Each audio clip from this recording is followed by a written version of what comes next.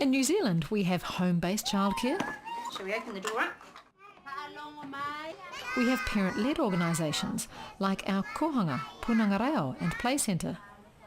And then there's teacher-led childcare, which means at least half their staff is qualified and registered as early childhood education teachers. Some of your decisions will be based on practical issues such as cost, opening hours, whether you can get there easily on public transport, and how close it is to work or home.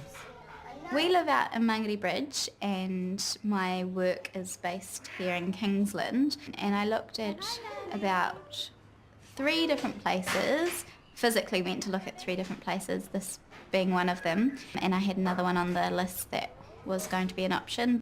But the best way to find out is to make at least one visit, and to take your child along too. They're a good gauge. Ask questions and observe. What are the adult-child ratios? How do adults and children interact with each other? Then would you like a strawberry? What kind of information are you given around how the centre supports the community or has an enriched programme that involves the community, such as zoo visits and fire service or police visits or farm visits, things like that? What does the play space look like? Can we see whether this water will go down and turn the wheel? What I was looking for was the actual facilities, what they had in terms of outdoor and indoor and cleanliness, I guess. Should we try the other wheel? And then the early childhood teachers and the way they interacted with the children, and also the way the children interacted with each other. Look, he's very generous. You just need to ask him.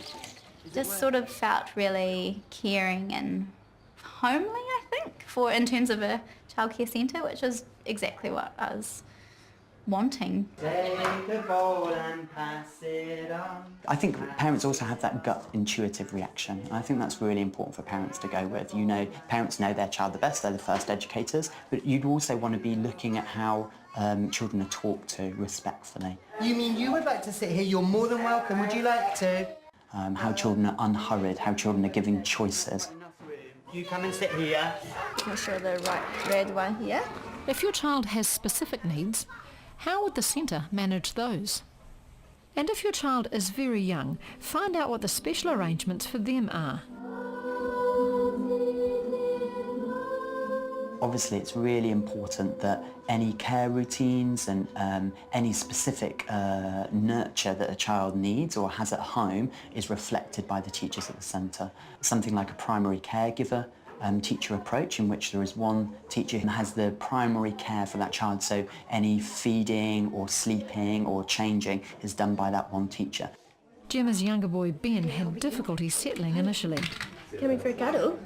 We just talked through, as you would anyway, what the normal routines were, but sort of kept communicating every day about different ideas of what could help him feel a bit more settled, especially with going to sleep. So I brought in some home comforts like his little snuggles and just a few things that they could repeat here that we did at home.